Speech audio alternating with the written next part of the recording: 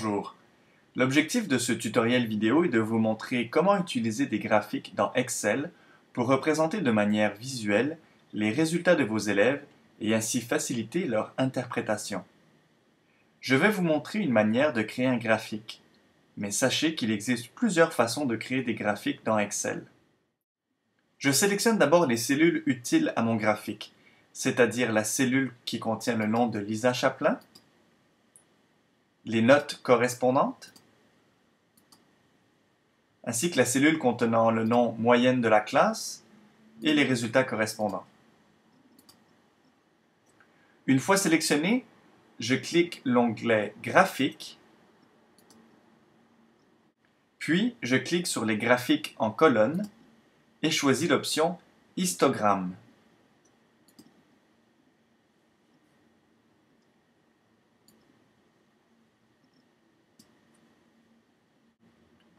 En cliquant sur le bouton Sélectionner les données, j'accède à une fenêtre de sélection manuelle des données.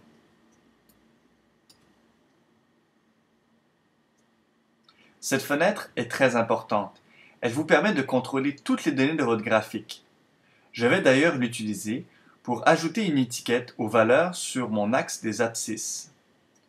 Je clique sur le bouton de sélection, puis sélectionne les cellules contenant le devoir 1, le devoir 2 et le devoir 3.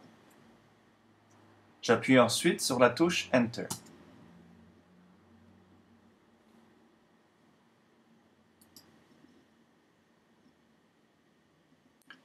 Je peux également combiner des graphiques pour faciliter la lecture et l'interprétation. Je vais sélectionner l'histogramme de la moyenne de la classe, puis cliquer sur le bouton Graphique en ligne et choisir l'option Courbe.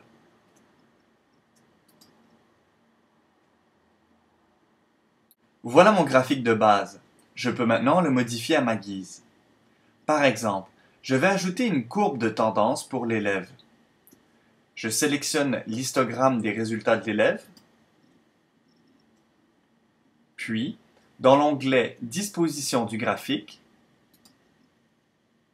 je vais choisir l'option Courbe de tendance.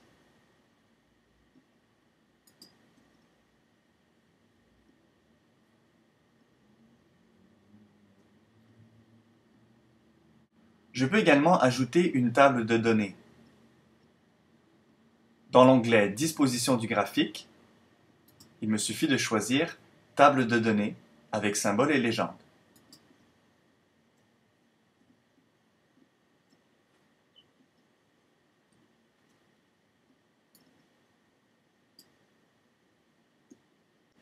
Voilà, il existe une infinité de possibilités de représentation graphique des données. Certaines sont plus poussées que d'autres. Ce sera à vous de les explorer. Utilisez le menu Aide d'Excel pour trouver les fonctions et découvrir les étapes nécessaires à la création du graphique dont vous aurez besoin.